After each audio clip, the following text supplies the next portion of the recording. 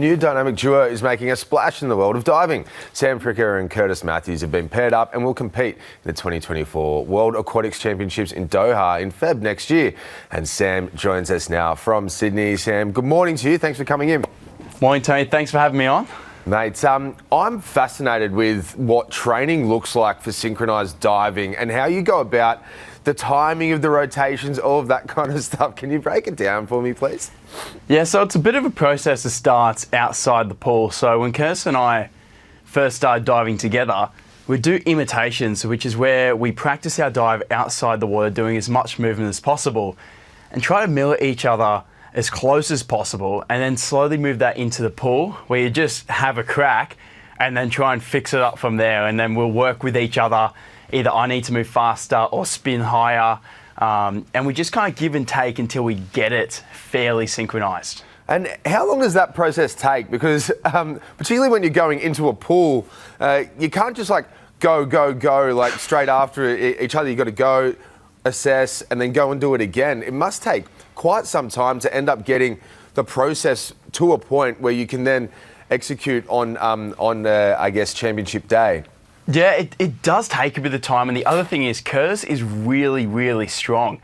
So he can jump on that springboard extremely high. So for me, being a platform diver that comes down, does a little bit of both, that's something that I've found quite difficult, trying to work hard in the gym so I can jump as high as Curtis and actually get in those rotations we need. One of our hardest dives, the front 4.5, I need to nail my technique of the hurdle just to match Curtis's height because he's that strong. Yeah, we're just seeing some of the vision now, and you just mentioned there how you're also a platform diver as well. What are the differences between, I guess, the two disciplines, and how much of a struggle was it to, I guess, adapt to the board as well?